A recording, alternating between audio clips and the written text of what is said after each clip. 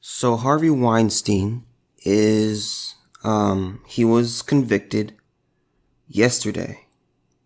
Let's go on and get right into it. I want to go into it from Bill Cosby's perspective because he had his publicist come out and speak on his behalf. And here's the thing. I think we all knew that Harvey was not going to get off. That just wasn't going to happen. There's no way Harvey was going to come out of this unscathed. I personally believe Harvey Weinstein's going to die in prison. I think he's going to die early. He does not look good at all. I don't know. So here's the article. Bill Cosby's rep says Harvey Weinstein conviction is a sad day in the American judicial system. Bill Cosby's spokesperson shared a lengthy note on the disgraced comedian's Instagram page criticizing the justice system for convicting Harvey Weinstein. On Monday, a Manhattan jury found Weinstein guilty on 2 of 5 charges related to sexual assaults, meaning he now faces as many as 25 years in prison. Cosby, who was convicted in 2018, is currently serving 3 to 10 years for drugging and molesting Andrea Constant at his Philadelphia home in 2004. Cosby's spokesman, Andrew Wyatt, released a statement on the conviction, which he posted to the disgraced celebrity's social media accounts. In it, he not only criticizes the Weinstein verdict, but the #MeToo movement as well. This is not shocking because these jurors were not sequestered, which gave them access to media coverage and the sentiments of public opinion. There's no way you would have anyone believe that Mr. Weinstein was going to receive a fair and impartial trial. Also, this judge showed that he wanted a conviction by sending the jurors back to deliberate after they were hung on many of the courts. Here's a question that should haunt all Americans, especially wealthy and famous men. Where do we go in this country to find fairness and impartiality in the judicial system? And where do we go in this country to find due process? Lastly, if the #MeToo movement isn't just about Becky, in parentheses, white women, I would challenge #MeToo and ask them to go back 400 years and tarnish the names of those oppressors that raped slaves. This is a very sad day in the American judicial system. All right. So, there is more to the article. Now, feel how you feel about Bill Cosby. But he does make good points. Bill Cosby, he talked about how he said, he believed that Harvey was innocent, and if not that, then at the very least received an impartial trial. I will agree with Bill Cosby on that he received an impartial trial. When it comes to rape cases, it's hard to get a fair trial. When you have all these people against you, and you are seen, here's the thing. If you side with the accuser, things go well for you and you're not seen as a bad person. But if you question them and you ultimately side with the accused, you're seen as a horrible person and a rape apologist. It's horrible. And I remember Harvey was coming out of court one day and someone asked him a question. They said, "Harvey, how do you feel about the trial?" And he said, "I feel good. I feel confident." And I don't think he actually believed that. Supposedly he was surprised at his conviction. I don't know how you could be surprised. You have all this momentum going against you. And it's like, okay, well, I don't really know what to make of this. It's just not, it's not going to work. Let me go down in the article. Weinstein was found guilty of a criminal sex act for assaulting production assistant Mimi Halei at his apartment in 2006 and third-degree rape of a woman in 2013. The jury found him not guilty on the most serious charge, predatory sexual assault, which would have resulted in a life sentence. He was ordered to jail by the judge immediately after the conviction. The verdict followed weeks of often harrowing and excruciatingly graphic testimony from a string of accusers who told of rapes, forced oral sex, groping, masturbation, lewd propositions, and that's Hollywood excuses from Weinstein about how the casting couch works. The jury of 7 men and 5 women handed down the verdict on Monday after 5 days of deliberation.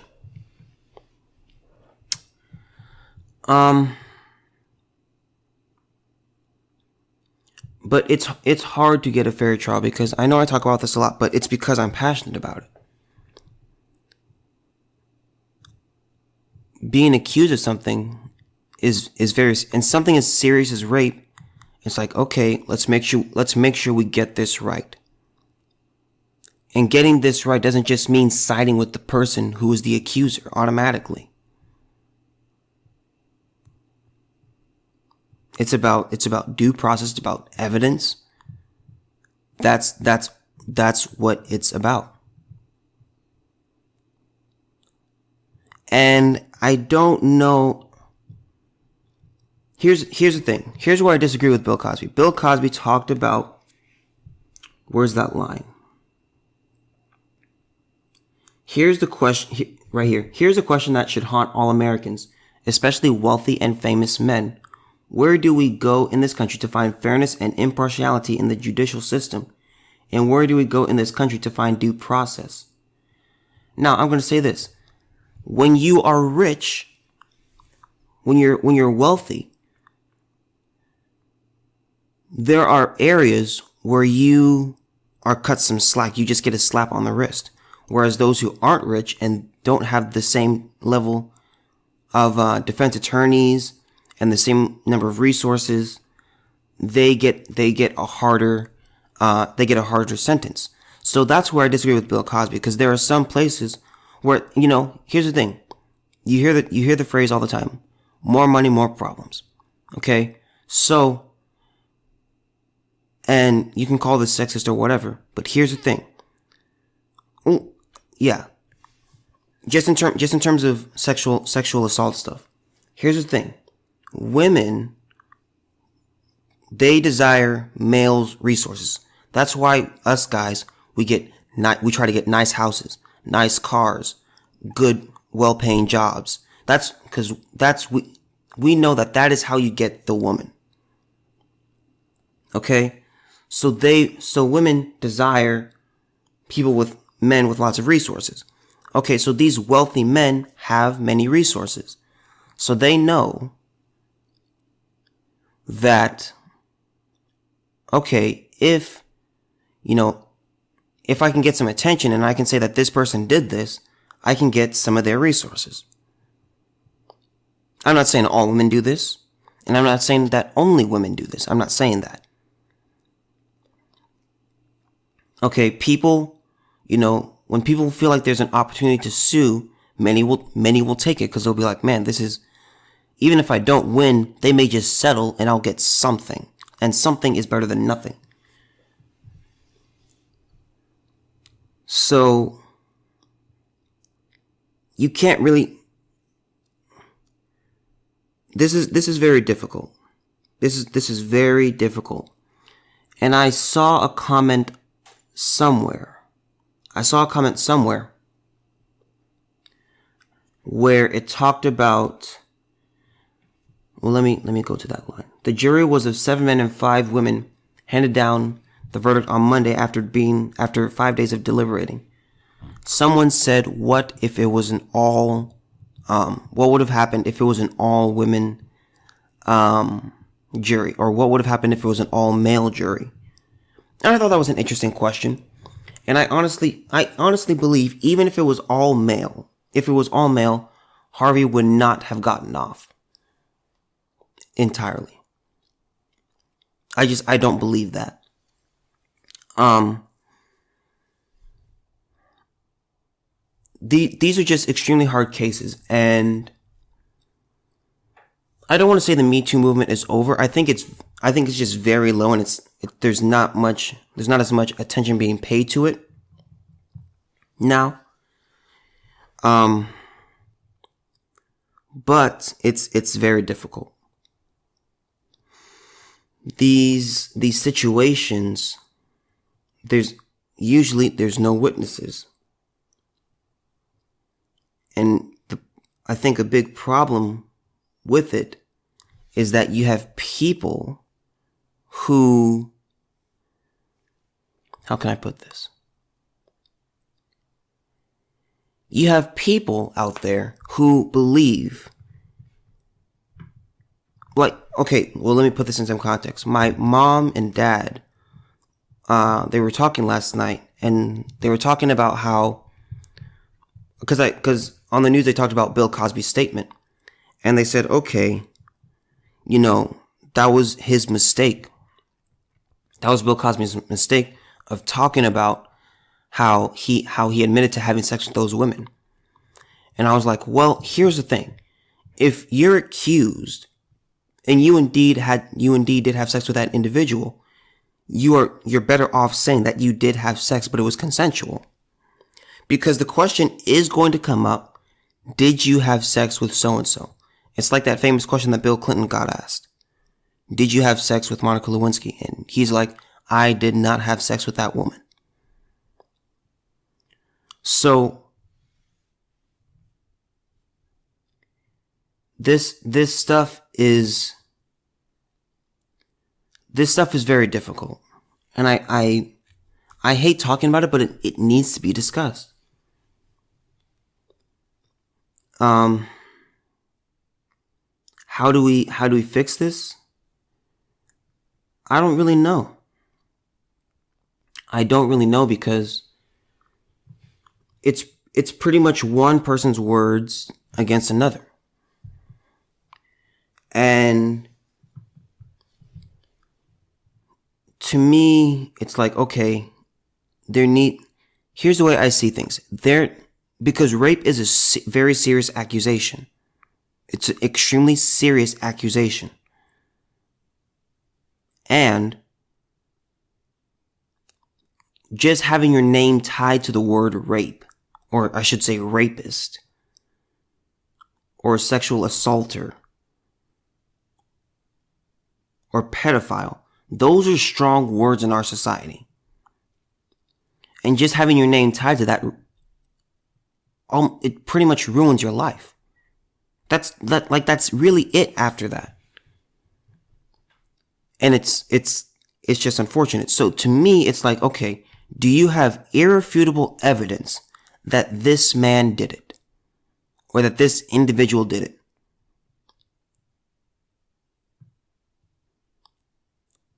That to me is huge. And when it comes to false allegations, I am a proponent of those individuals getting sent to prison. I look at it this way. Okay, how long? Let's say the guy was convicted. Okay, how long would his sentence have been? Okay, if he gets off and it's proved that she's lying, and I'm just saying, if it's proved that she's lying, okay, because there are occasions where there are people who get off, and it's not that it's just that there's not enough evidence. But when it's found that the person is lying, where people come out and say, you know what, I lied. Okay, in cases like that, and in other cases where it's discovered that the person lies, the accuser lies, they get the same number of years as the rapist, the alleged rapist.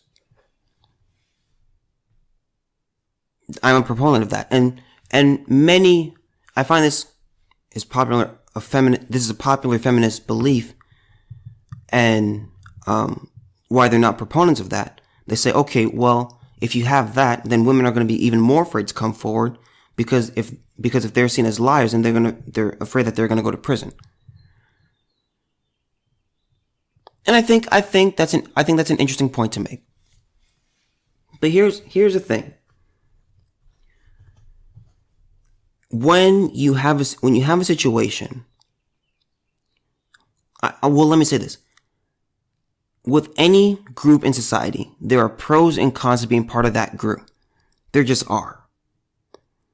If you're a kid, you may get, you don't get as harsh a sentence. You're seen as, they're just learning, they're still developing. They don't really quite know right from wrong yet. There's just all these different groups have certain pros and cons. And here's the thing. I'm not a woman, okay? But when you are a woman and a woman just sheds some tears, it's immediately, most people will rush to the defense of the woman. They'll be like, oh my God, what happened? Are you okay? How can we help you? That's one of the benefits of being a woman. If you just shed some tears and you show some emotion, then it's perceived that, okay, you're the victim. That's what is perceived. Okay? When you have,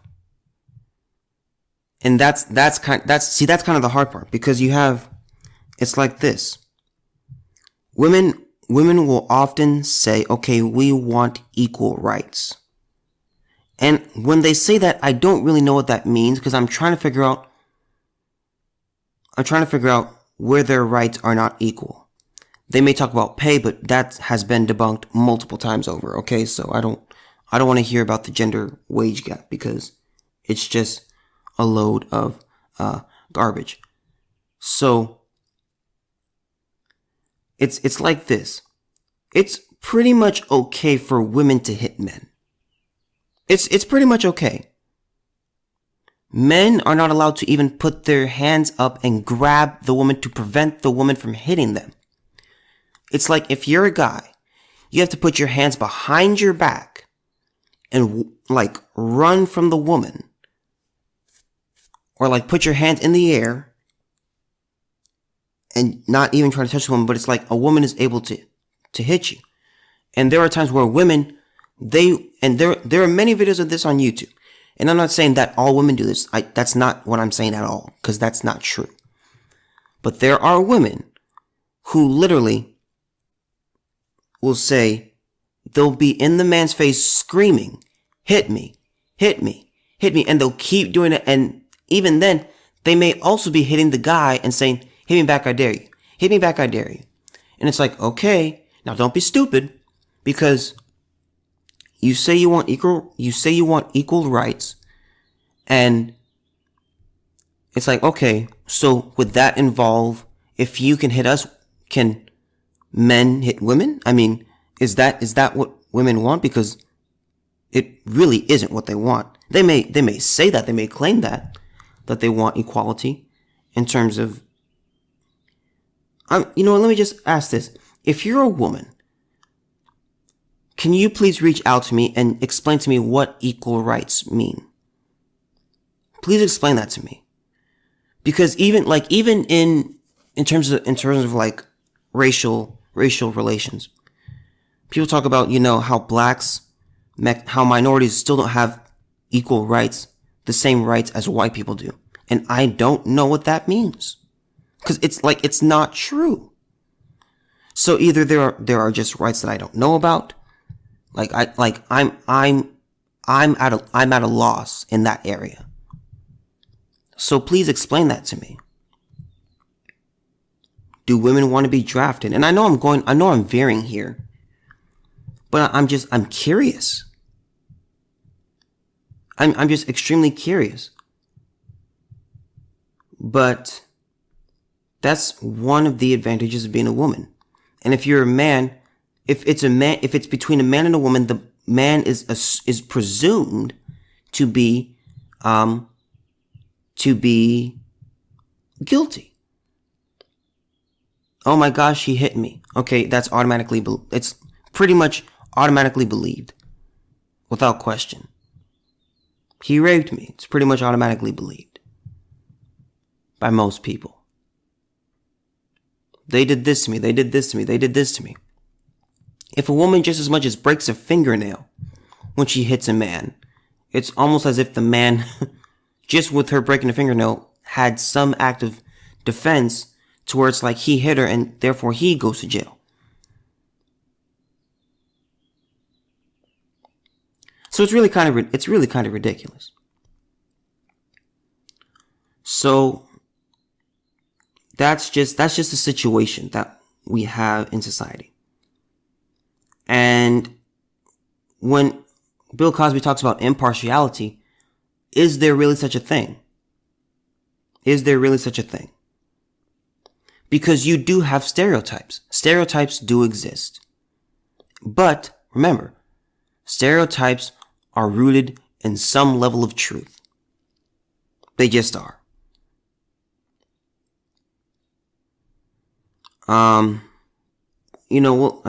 Here's the thing. Harvey Weinstein still has, he's in Rikers right now, which is in New York, but he has, what do you call it?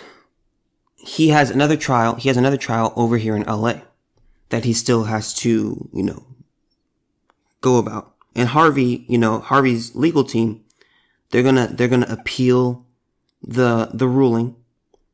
Obviously, it's going to be to no avail. That's just not going to happen. But this is just hard stuff. And I think Bill Cosby's question is a great mental exercise.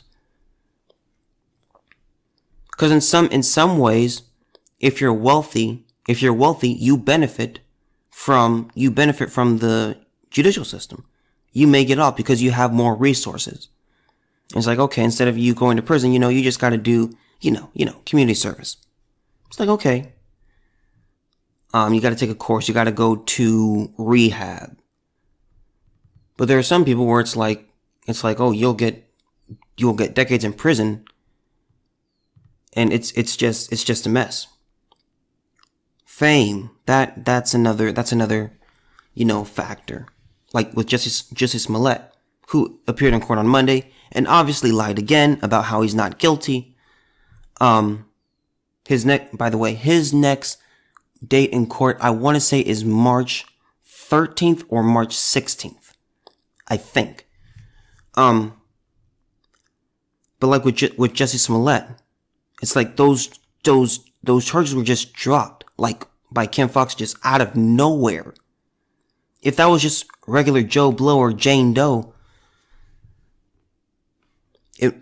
that never would have happened. Remember that story I gave about that woman who faked a crime, but she didn't get the same treatment as Jussie Smollett? And this was in Chicago. This was in Chicago, the same county. So there are advantages and disadvantages. But with this Me Too movement, I don't know what we can do about it, because I can't think of a way that we can all come to an agreement on how to go about these processes.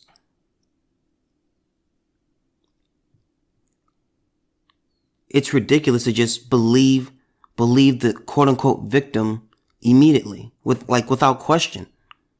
I mean, how stupid is that? I always make it personal. If someone accused you of committing a crime, the first question you would have, or the first thing you would say, is either, I didn't do it, I'm innocent, something in that variation, and if I did this, where's your proof? Can you prove what you're saying? That's just natural. And it's like many times these women can't really prove that there was rape. They can't really prove that there was sexual assault. It's just, and especially when it's like years down the road. Like this Mimi girl, the production assistant, this happened in 2006. There was no proof of it. It was just her testimony. And I'm like, you gotta be kidding me. You want to come out years later, you want to come out more than a decade later and say, oh, Harvey did this to me. What are you talking about? Who are you? Where did you come from? Why didn't you say anything?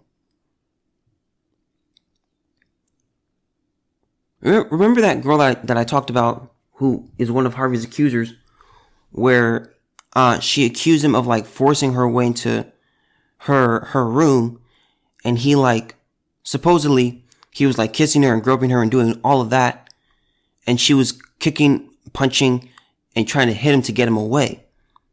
And then when she was questioned, she didn't immediately go to the police. And she was like, well, I didn't know that it was rape.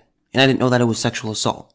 Which is just the dumbest defense ever. Because it's like, if you have to punch, hit, and kick someone while they are doing sexual things to you, what do you think that is? You're not exactly baking cupcakes. You're not exactly in Sunday school.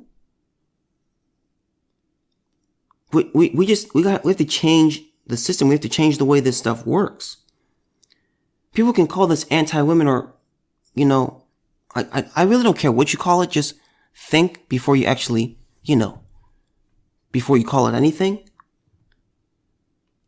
But just make it personal. And just think about it. If someone accused you of something, you would want evidence. You'd want clear and irrefutable evidence that you did do this thing. And without that, you would say, okay, you can't prove it. I'm innocent.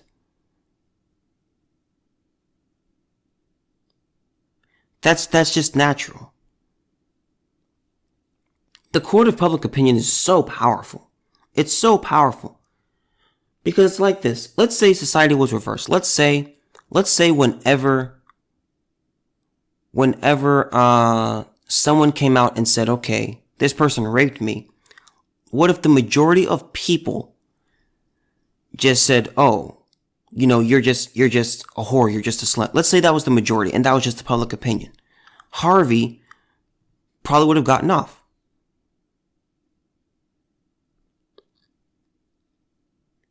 Now, Bill Cosby was talking about sequestering the jurors.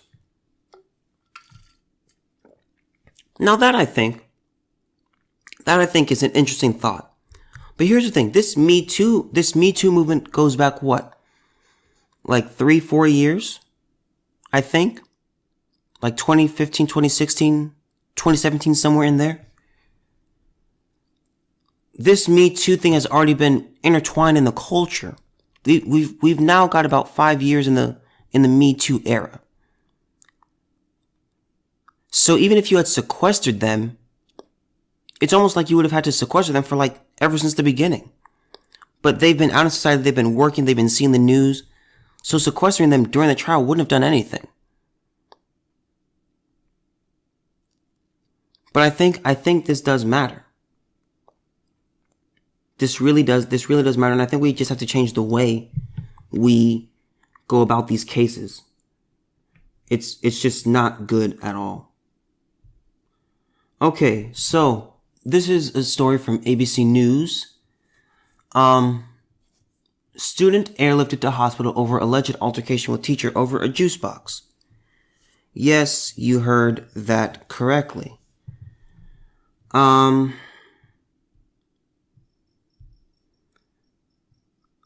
Here we go. An 11-year-old boy was airlifted to a hospital and received 6 stitches to his forehead after an alleged altercation with his teacher during the school day.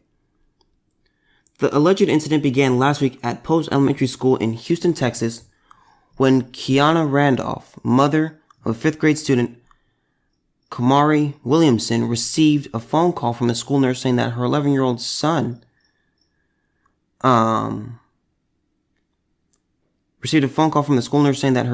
had been injured in an altercation. Randolph rushed to get her son to school, but when she got there, she discovered that he had a large open wound at least a couple of inches long above his right eyebrow. The injury was even considered bad enough that Williamson was airlifted to Texas Medical Center to be treated. Now that's pretty serious when you're airlifted. Like, airlifted means, like, this is like serious stuff, and you are like pretty bad.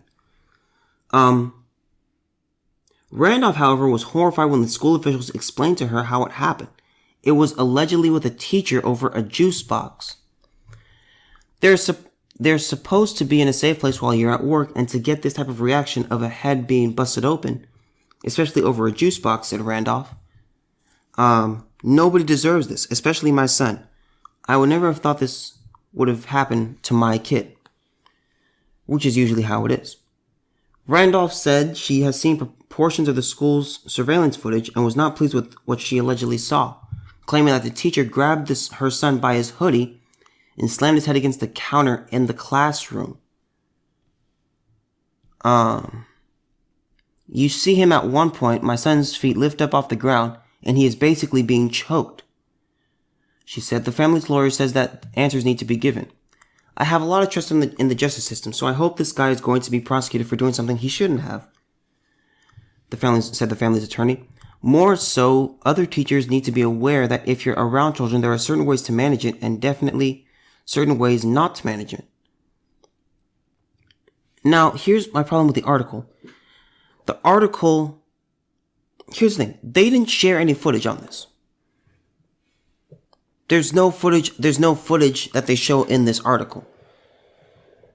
And I didn't do a lot of research on this in terms of different articles, but if ABC News doesn't have this footage, I doubt other places have it.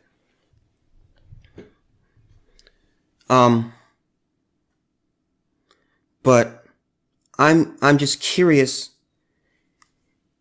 how, I'm just trying to figure, what happened?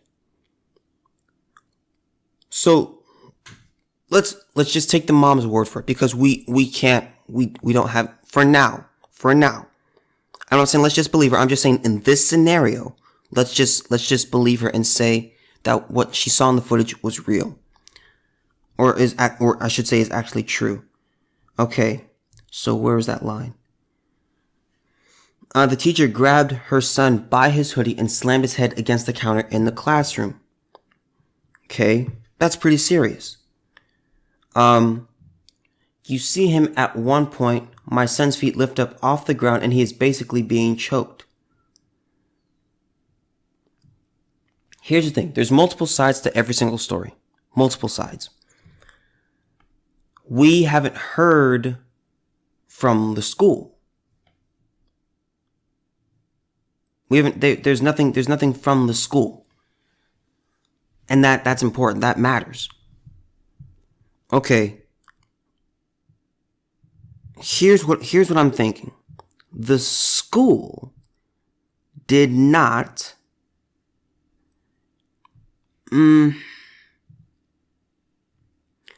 I believe, and this is, I have no evidence of this. This is just me, this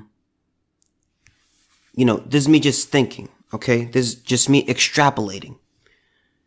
I'm going to assume the teacher indeed did something wrong, because what they would do, this is probably some really bad stuff. It's probably some really bad stuff. Because the closest thing that I can think about this, the closest thing that I can relate this to would be that incident where that security guard body slammed that 8-year-old kid before he got sent outside in the cold.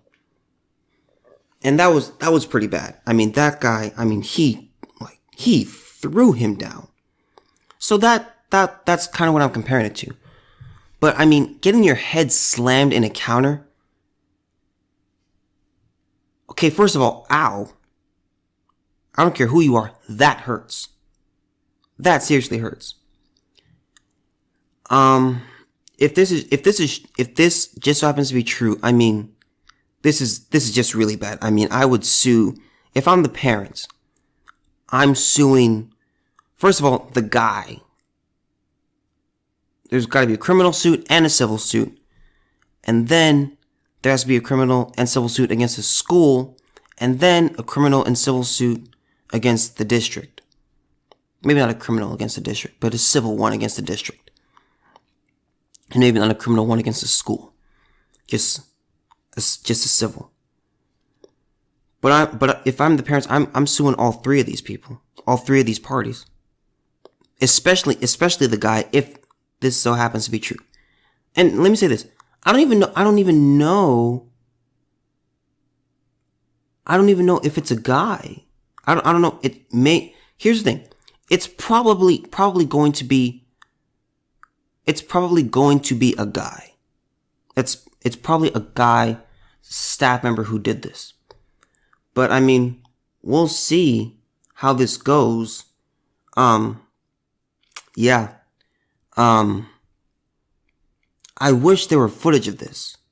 And I wish there was like full context, because it sounds so weird. Like over a juice box? Like you have to be kidding me. Like what? I don't know. But I'm gonna move on and get to this Cardi B and Zaya Wade story. So it's been a little bit since Dwayne Wade's son came out as transgender. Supposedly, he's known for 9 years that he was transgender. And, it's just, politically, obviously you guys know I'm going to be politically incorrect right now. But this kid believes that he is a girl. He's not. He's not. He may want to be a girl. He may feel like he's a girl, but that does not make him a girl. Just because you feel like something doesn't mean you are that thing. Now, Cardi B came to defend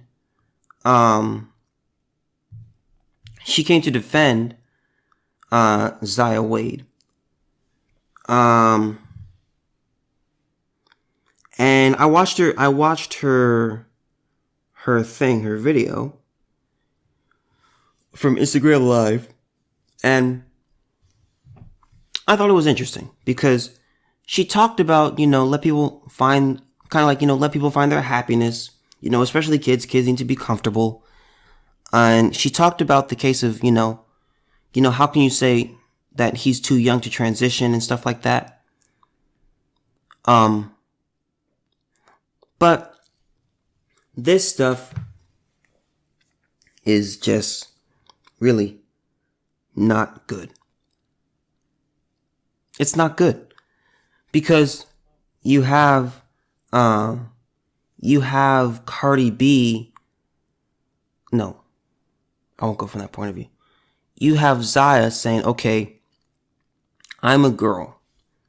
Okay, first of all, I'm just going to talk about the mental aspect of this, okay? The prefrontal cortex, which is the area where you make decisions, that does not stop forming until you are 25. Mine is still being formed. Okay? So that's huge. So this kid is not even in his... This kid really still has yet to go through puberty. Okay? So, and puberty is a huge part of this. Puberty is a huge part of this, and this just is not good. This is just not good in the least. And Cardi talks about, okay, how young is too young. And I have to say this. This is a difficult thing. This is a difficult thing. But here's my thing. You do have some parents who, they will raise their kid as the opposite sex. They will do that. Why? Well, maybe because they're just a little bit crazy. And they're trying to be politically correct. They're trying to be woke and stuff like that. Concerning transitioning. First of all, I'm going to say this. Being transgender, okay, it's just, you're delusional.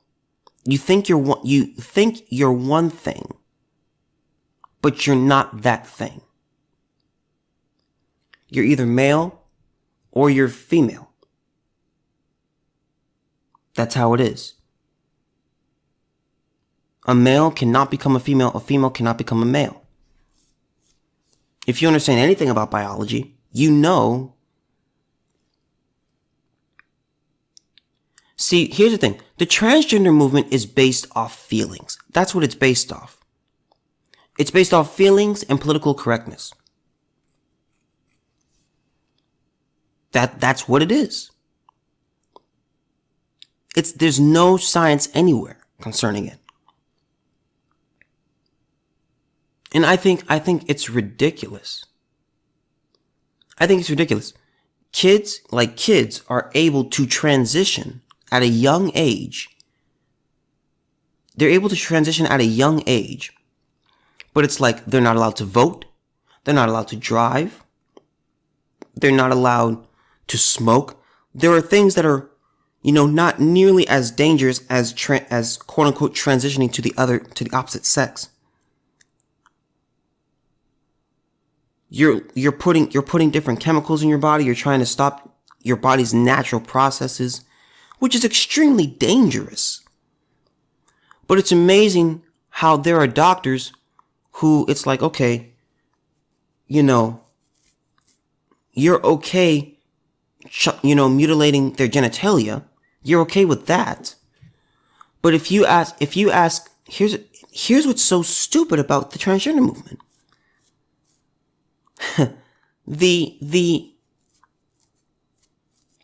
When you, let's say I was delusional, okay? And there are actually people like this. I'm not making this stuff up. There are people who are actually like the way I'm going to describe. Let's say I'm a person and I think I have an unhealthy left arm and I want it to be amputated. There is no doctor in America that would do that. There's no one where I would say, listen, doc, can you amputate my arm? Well, what's wrong with it? Well, I just don't think it's mine. It's not my arm, and I want it off. They're going to look at me crazy, or they'll try to be as, nice as possible and just be like, Mr. Green, we can't do that. There's nothing wrong with your arm. That's your arm. It's yours. We're not going to chop off healthy tissue. We're not going to do that. No one's going to do that. But it's like when it comes to your genitalia, it's like, oh, hey, just come on over here. Pick your knife. Let me know which one you want me to use.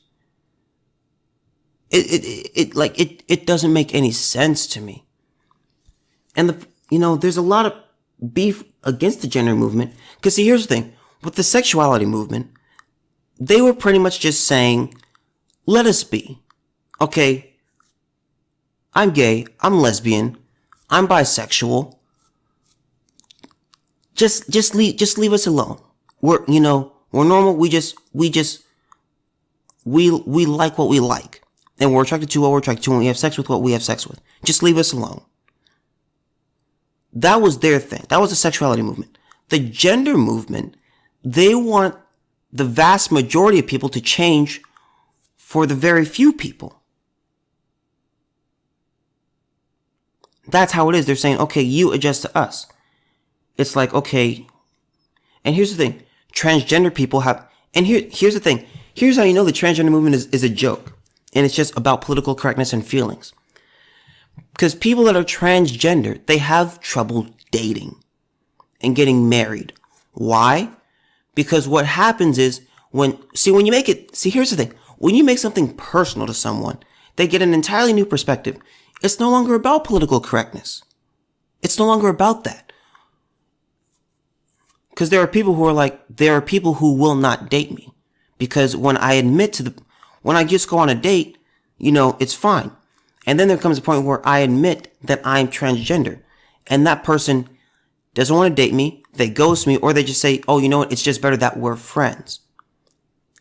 Because we know, and we, at a biological level, we understand that you can't transition.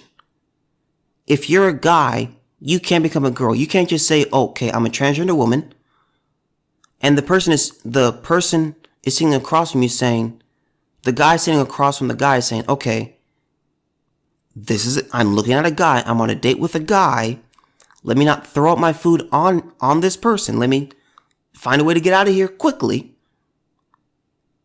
That, and, it's the same for, transgender man, where it's two girls on a date, one of the girls says that they're transgender men, the woman, the regular woman, is just saying, okay, I'm not a lesbian, I like dudes, and you're not a dude, you think you're a dude, but you're not a dude. That's how it is. This is just not a joke. The gender movement wants everybody else to adjust to them. The sexuality movement was not like that. They just said, just let us be. Just leave us alone. Just don't fire us. Let us, don't keep certain jobs away from us. We're just let us do our thing. And it's like, all right. Society said, okay. The gender movement is entirely different. It's an entirely different approach. They want everyone else to adjust to them. Okay, you must date me. You will date me. And it's like, if you don't date, it's amazing because there are people who, they go on these dates and it's just, they go on these dates and they get ghosted and it's like, oh, that person is transphobic. No, they just don't, they're not attracted to the same sex. If I go on a date with a girl and they tell me that they're a transgender woman, I'll be like, oh my God, I'm on a date with a dude. You are a dude or you're a dudette. You're a guy or you're a girl. You're male or you're female. Transitioning is not a thing. It's not a thing. You don't just become this other thing just by, okay, well, we get rid of that. We add this, multiply that, divide that, and bang. What do you know? Congratulations, you transition. It's not a thing. It's not real. And it's just not good. It isn't good. So I think it's dangerous. Here's the thing. You guys obviously have made it clear that transgenderism is not good, that it's evil, and it's really an abomination against God, because you're saying, because He made us, and you're saying I'm the opposite of what you've made me. No, you're not, okay? But it's like this. If you are going to transition, here's the thing. You need to be an adult. It cannot be the parents who say, okay, they're a trans, they're a guy, but we're going to raise them as a girl and we're going to make them transition to a girl. I believe if society is going to have this, if it's going to have this, and I don't think it's going away, because society is just getting worse, and I don't think that transgenderism is going anywhere. It's got to be like this. You need to be an adult. You need to be an adult. Whatever the age of consent is, that's the earliest you can transition. Personally, I believe I would like it to be 25, because that's when your prefrontal cortex is done developing. Mine is still developing. I'm 21. My sister, she's not yet 25. Hers is still forming.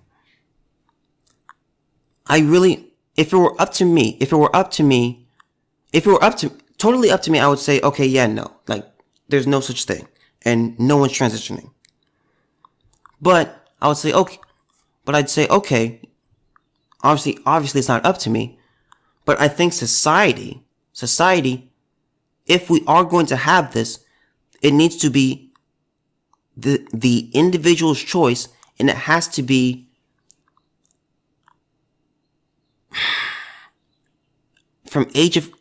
at the very minimum, they have to be the age of consent, and it has to be their choice. That's what I would say. It's not up to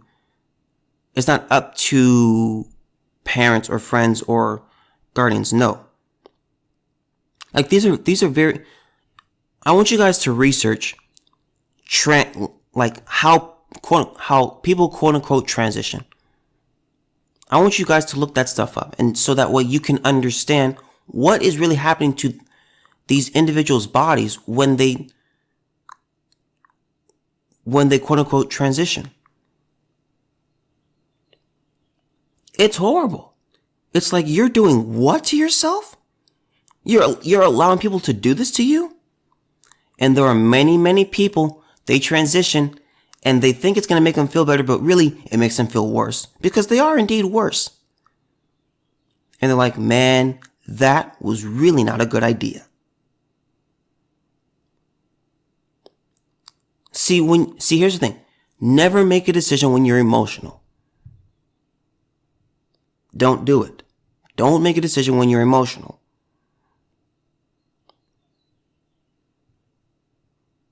You're either a guy or you're a girl. It's that simple. And let's say you don't believe that science. Okay. There's no way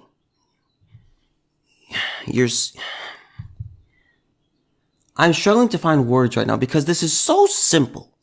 It's so fundamentally, biologically simple. There's XX and there's XY. Those are your only choices. You can't switch XY to XX. See, people think, oh, let's just change the outside. Let's do some things to the inside where you can't change things on a cellular basis.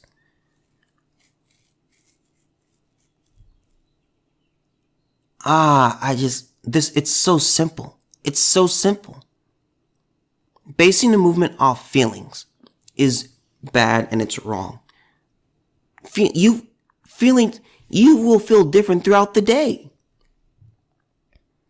I mean, think about it. How many times do your emotions change throughout the day? It's not good. And Cardi B was saying, try to understand them. Okay. Understand what? That they're mentally ill, that they're sick, and that they're confused. Like, you have to understand, at a scientific level, it doesn't work. It doesn't work. Your thought process, your belief, your feelings about your gender,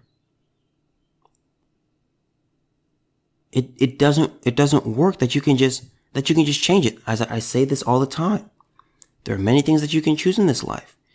You can choose who you have sex with. You can choose who you marry. You can choose what television program you want to watch. You can choose what to eat in the morning. You can choose where you live. You can choose where you go to school.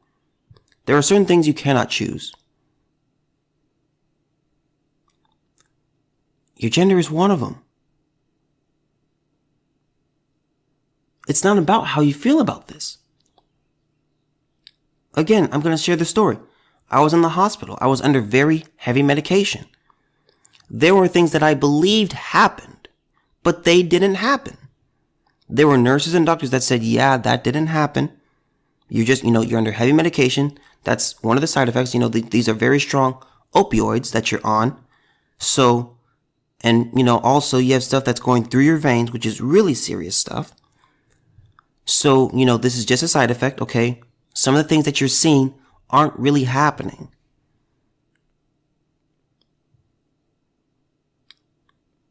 God, it's sad.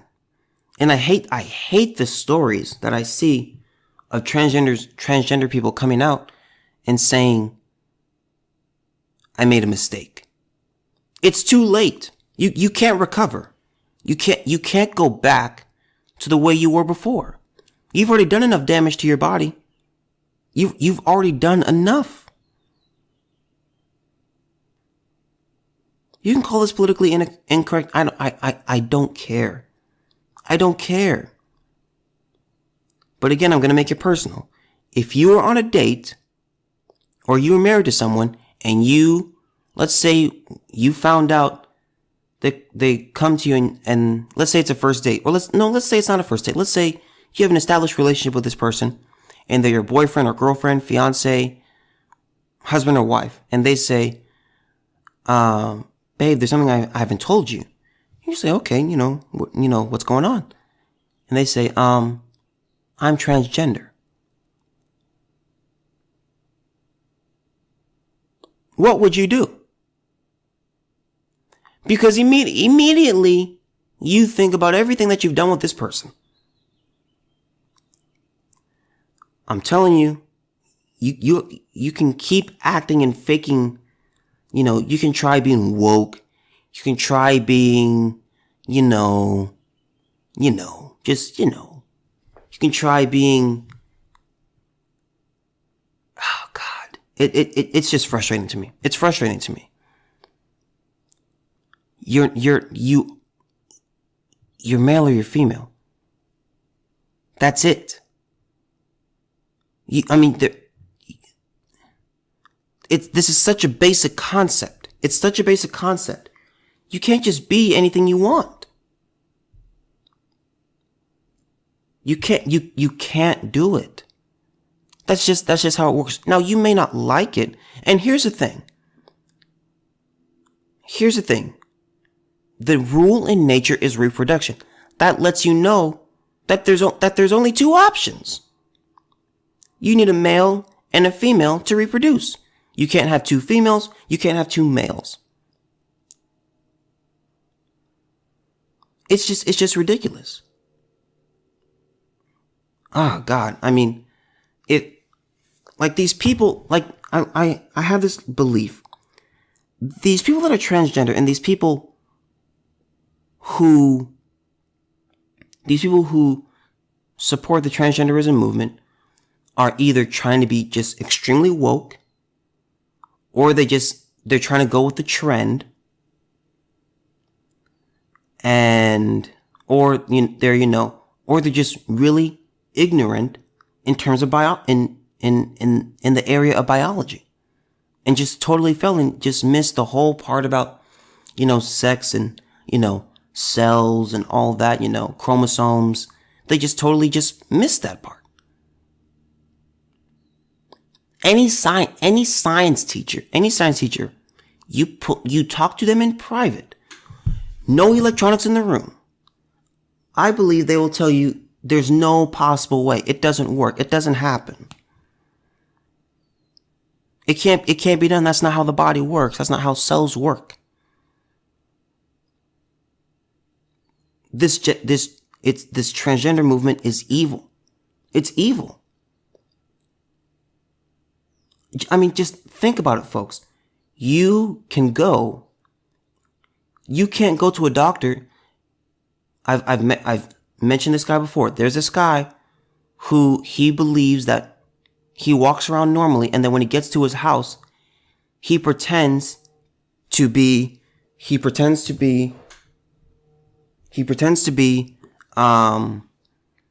handicapped. He pretends that one of his legs isn't his, and he pretends that he's an amputee. What in the actual world? And he tries to go to doctors to get them to cut off his leg because he thinks that leg is not his. No doctor will do it. Why? Because it's unethical. It's like, dude, that's your leg. There's nothing wrong with it. There's nothing wrong with you. But with this transgender movement, it's like, oh yeah, just go lie down on the table. We're gonna, inject you with some stuff. We're gonna do what we need to do, and then we're gonna chop you up. My God, no. It's an evil movement. I'm telling you, this is only gonna get worse. It's only gonna get worse, and I don't like saying that, but it's biblical. The world will wax worse. And it's happening. In many areas, we're getting better. I've said that. Literacy rates are up. Poverty is down. Disease is down.